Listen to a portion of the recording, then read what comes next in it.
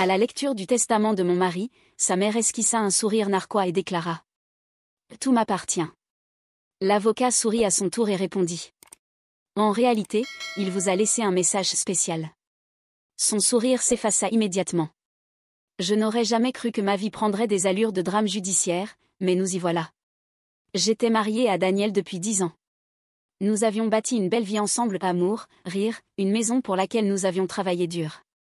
Mais durant toutes ces années, un nuage sombre planait toujours au-dessus de nous. Ce nuage, c'était sa mère, Margaret.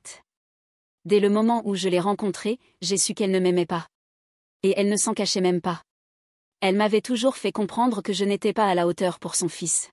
« Tu n'es là que pour son argent », disait-elle. Même si Daniel et moi avions travaillé dur pour construire notre vie, la vérité était qu'elle voulait le contrôler, comme elle l'avait toujours fait. Margaret avait toujours été une femme autoritaire. Manipulatrice, cruelle et dominatrice. Elle traitait Daniel comme s'il était encore un petit garçon, incapable de vivre sans son approbation. Il avait passé des années à essayer de gagner son amour, mais elle ne lui témoignait de l'affection que lorsqu'il faisait exactement ce qu'elle voulait. Lorsque nous nous sommes mariés, elle a vu cela comme une trahison. Elle haïssait le fait qu'il m'ait choisi à sa place. Malgré tout, Daniel aimait encore sa mère. Je ne me suis jamais mise en travers de leur relation, même si c'était souvent moi qui devais le réconforter après qu'elle l'ait rabaissé avec ses paroles cruelles. Il voulait tellement son approbation. Il voulait croire qu'au fond, elle l'aimait comme une mère devrait aimer son fils. Puis, il y a 6 mois, Daniel est décédé. Ce n'était pas soudain. Il luttait contre une maladie depuis longtemps. Nous avions eu le temps de nous préparer, de tout mettre en ordre, et l'une des choses qu'il avait voulu régler était son testament. Il savait que sa mère s'en prendrait à moi. Il connaissait sa nature. Et nous voici aujourd'hui. J'étais assise dans le bureau de l'avocat, les mains jointes, la douleur encore vive. Margaret, de l'autre côté, portait une robe noire coûteuse, jouant le rôle de la veuve éplorée. Elle ne m'avait pratiquement pas adressé la parole depuis le décès de Daniel, sauf lors des funérailles, où elle m'avait lancé avec mépris. « Ce n'est qu'une question de temps avant que tu te retrouves à la rue, à ta place. » Elle le croyait vraiment. Elle était assise là, affichant un sourire suffisant, attendant que l'avocat confirme ce qu'elle pensait déjà savoir. Elle était convaincue qu'elle allait hériter de tout. L'avocat s'éclaircit la gorge et commença à lire le testament de Daniel. « Ah, ma chère épouse, je laisse notre maison, nos économies et tous mes biens personnels. » Le sourire de Margaret vacilla, mais elle se ressaisit rapidement. Elle s'adossa à sa chaise avec arrogance, persuadée que l'argent réel, les investissements, les actions, ce qu'elle considérait comme son dû lui reviendrait. L'avocat poursuivit. « À ma mère, Margaret, je laisse. » Il s'arrêta, prit une autre feuille et esquissa un léger sourire retenu. « Je laisse ce message personnel. » Margaret fronça les sourcils. « Quoi ?» L'avocat fit glisser la feuille vers elle. « Daniel vous a laissé une lettre. » Elle l'arracha avec colère et la déplia, la rage se lisant déjà sur son visage. Son sourire disparut entièrement. Son visage devint écarlate. Ses mains serrèrent le papier si fort que je crus qu'elle allait le déchirer. Ses lèvres bougeaient silencieusement au fil de sa lecture, puis elle jeta brutalement la lettre sur la table. « C'est une plaisanterie, siffla-t-elle. Mon cœur battait à tout rompre. Je me penchai en avant. « Que dit-elle » L'avocat, imperturbable, répondit. Daniel voulait s'assurer que ses derniers mots à sa mère soient bien clairs. Il me tendit une copie de la lettre. En la lisant, mes yeux s'emplirent de larmes non de tristesse, mais de fierté. « Maman, si tu lis ceci, c'est que tu espérais sûrement tout prendre à ma femme. Mais tu dois comprendre une chose.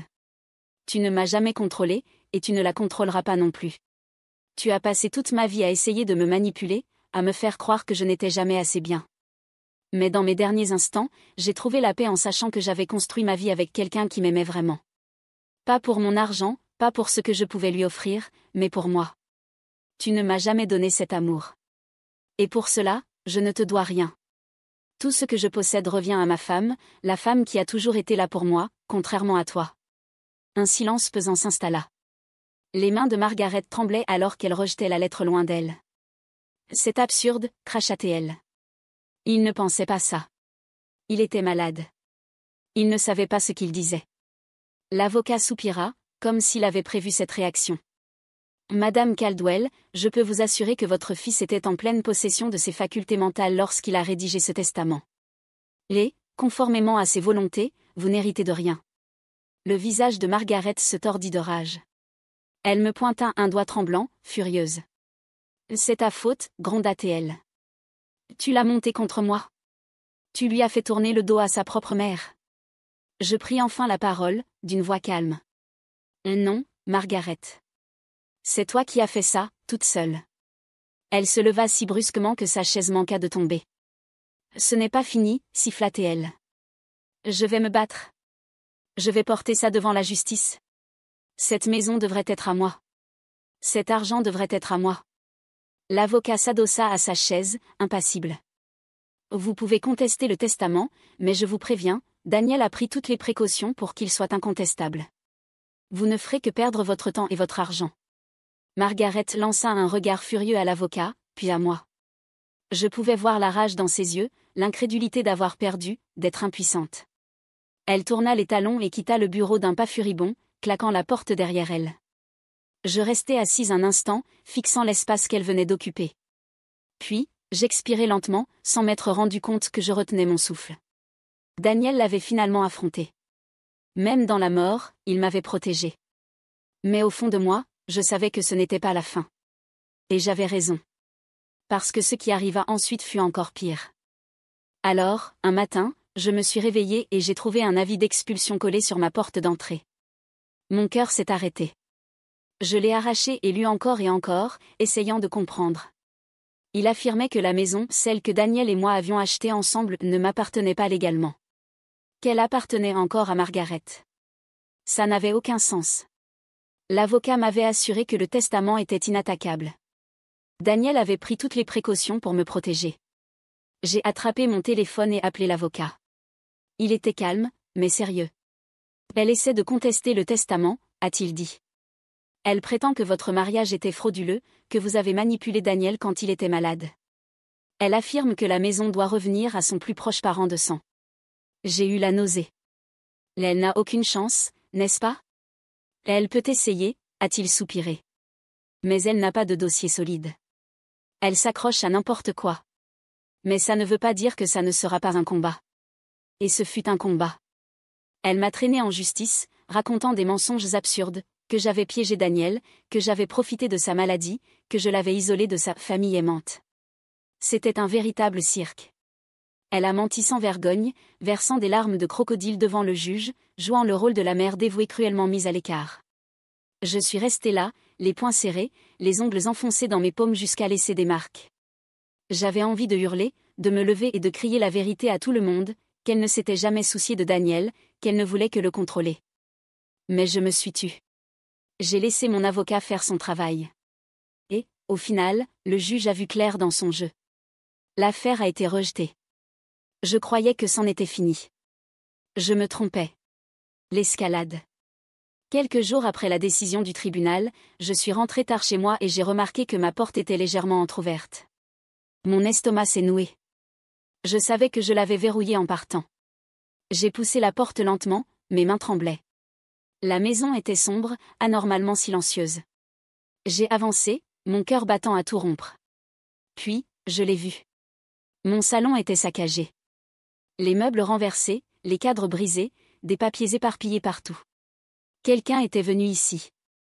Je suis sortie en reculant, mes doigts tremblants en composant le 911. Les policiers sont arrivés rapidement. Ils ont fouillé la maison, mais l'intrus était déjà parti. Rien de valeur n'avait été volé, seulement détruit. Ce n'était pas un cambriolage. C'était un message.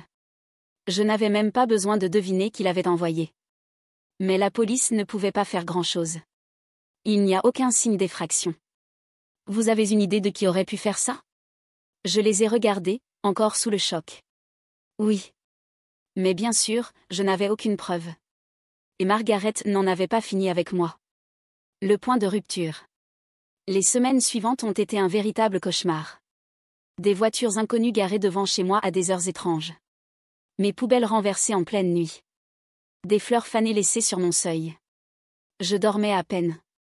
J'avais l'impression d'être traquée. Puis, une nuit, quelqu'un a frappé à ma porte. J'ai regardé par le Judas. C'était Margaret. J'ai failli ne pas ouvrir. Tout en moi me disait de ne pas le faire. Mais j'étais fatiguée de me cacher. Fatiguée d'avoir peur. J'ai ouvert. Elle m'a souri. Ce n'était pas un sourire chaleureux. C'était glacial. Tu apprécies la maison?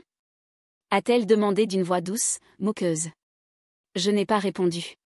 Son sourire s'est élargi. Je ne vais pas arrêter, tu sais. Tu crois avoir gagné, mais ce n'est pas fini. Tu m'as pris mon fils. Maintenant, je vais tout te prendre. Quelque chose en moi s'est brisé. Pendant des semaines, j'avais vécu dans la peur. Mais maintenant, en la regardant, cette femme amère, remplie de haine, qui avait passé sa vie à essayer de tout contrôler, j'ai ressenti autre chose. J'en avais assez. Je me suis avancée, réduisant l'espace entre nous. Écoute-moi bien, Margaret, ai-je dit d'une voix ferme.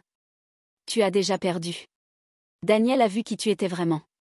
Peu importe ce que tu fais maintenant, cette maison, tu ne l'auras jamais. Elle est à moi. Ma vie est à moi. Et toi? Tu n'as plus rien. Tu t'es détruite toute seule.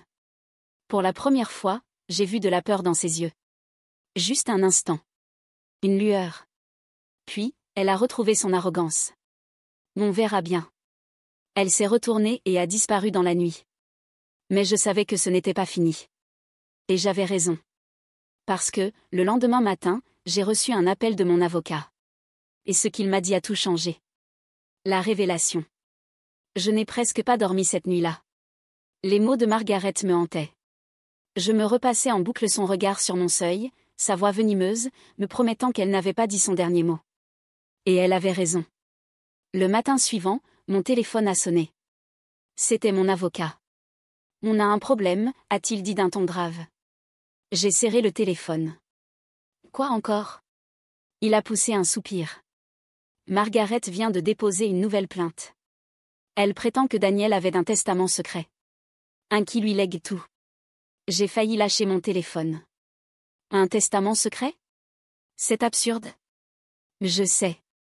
Mais elle a soumis des documents. Et pire encore. Il a hésité. Là, elle a un témoin. Mon sang s'est glacé. Qui? Un long silence. Puis il a lâché un nom auquel je ne m'attendais pas. David. Le meilleur ami de Daniel. La trahison ultime.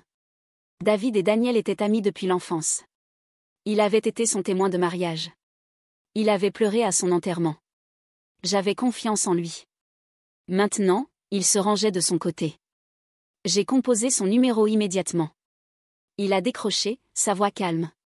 Trop calme. Salut. Dis-moi que ce n'est pas vrai.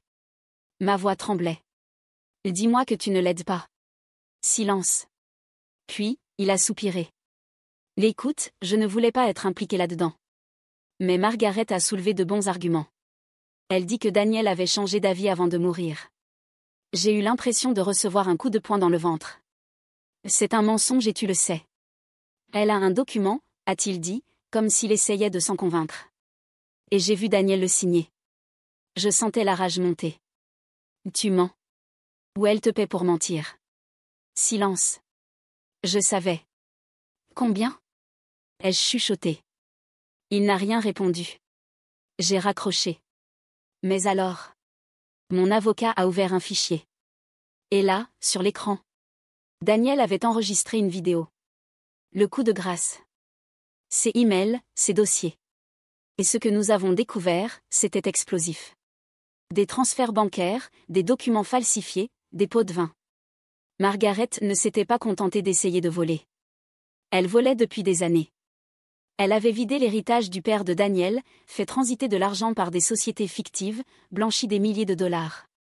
Et David. Il l'avait aidé. Je suis restée là, sous le choc. Alors, qu'est-ce qu'on fait?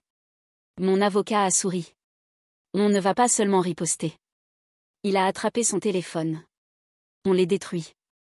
Le lendemain, nous avons déposé des accusations criminelles. Fraude, vol, conspiration. Margaret et David étaient sur le point d'être engloutis dans un enfer judiciaire. Margaret est venue chez moi une dernière fois. Son visage était blême. Rappelle ton avocat, a-t-elle dit, la voix tremblante. Faisons un accord. J'ai avancé d'un pas, la regardant droit dans les yeux. Non. Et pour la première fois de sa misérable vie de manipulatrice, Margaret a compris qu'elle avait perdu. Margaret croyait avoir du pouvoir. Elle pensait pouvoir intimider, manipuler, tromper, comme elle l'avait toujours fait. Mais Daniel l'avait vu venir. Et maintenant, même depuis l'au-delà, c'était lui qui tirait les ficelles. Les preuves que nous avions découvertes étaient accablantes. Fraude bancaire, blanchiment d'argent, vol d'héritage, transferts illégaux directement liés à elle. David n'était pas juste un menteur.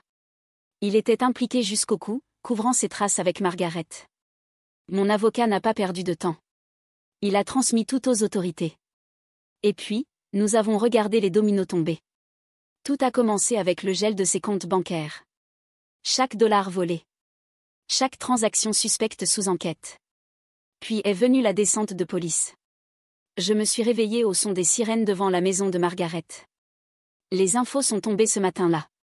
Les autorités enquêtaient sur des crimes financiers liés à la fortune des Caldwell. Margaret a été arrêtée. Menottée. Son visage, autrefois si arrogant, était livide. Elle regardait autour d'elle, cherchant quelqu'un pour la sauver. Quelqu'un pour faire disparaître tout ça. Mais il n'y avait plus personne. David a tenté de fuir. Ils l'ont attrapé à l'aéroport. Avec un billet aller simple pour le Mexique et 50 000 $ en liquide planqués dans sa valise. Trop tard. Le procès de Margaret a été brutal. Les preuves étaient écrasantes. Les fonds volés, les comptes frauduleux, le faux testament, les pots de vin. Tout a été présenté devant le juge. Et le meilleur dans tout ça ? Daniel avait enregistré une deuxième vidéo. Celle-ci était spécialement pour le tribunal. Plus longue. Plus percutante. Avec toutes les preuves. Je n'oublierai jamais le regard de Margaret quand la vidéo a été diffusée devant le juge, le jury, une salle comble.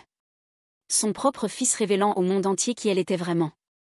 Elle s'est crispée sur la table, ses doigts blanchis par la pression. Elle avait l'air de vouloir disparaître sous terre. Le juge a été impitoyable. 15 ans de prison pour fraude financière. David a pris 10 ans pour complicité. Elle a essayé de me contacter une dernière fois. Une lettre est arrivée chez moi, depuis la prison. J'ai failli la jeter. Mais la curiosité l'a emportée. C'était court. Tu crois avoir gagné, mais tu ne seras jamais rien sans Daniel. Tu me l'as pris. Je ne te pardonnerai jamais. Je l'ai regardé longtemps. Puis, j'ai fait ce qui allait la hanter à jamais. Je l'ai renvoyé. Sans même l'ouvrir. Margaret a tout perdu. Son argent. Sa maison. Sa fausse réputation. J'ai vendu la maison qu'elle avait tant voulu me voler. J'ai utilisé cet argent pour recommencer ailleurs. Et moi? J'ai vécu. J'ai guéri. J'ai avancé. Parce qu'au final, Daniel a gagné. Et c'était la plus belle des vengeances.